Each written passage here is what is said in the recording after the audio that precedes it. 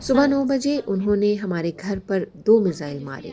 एक मिसाइल जिस कमरे पर गिरा उसमें मेरी बहन और उनके बच्चे थे, लेकिन मिसाइल फटा नहीं। मिसाइल गिरने से भी बहुत तबाही हुई, लेकिन अगर वो फट जाता तो हम सब मारे जाते। लोग कह रहे थे कि दूसरे कमरे में भी मिसाइल गिरा है जो फटने वाला है, जल्दी यहाँ से निकल जाओ। मैंने उनसे कहा कि मरियम जिंदा है, लेकिन वो कह रहे थे कि कोई नहीं बचा और तुम भी निकलो।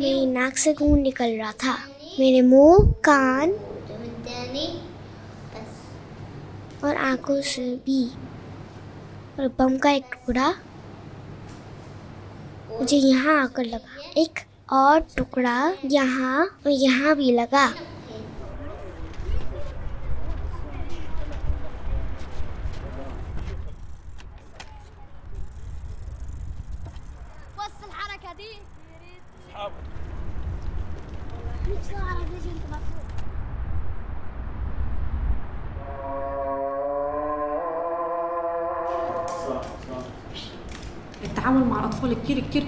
बच्चों के साथ यहाँ बहुत अच्छा बर्ताव किया जाता है।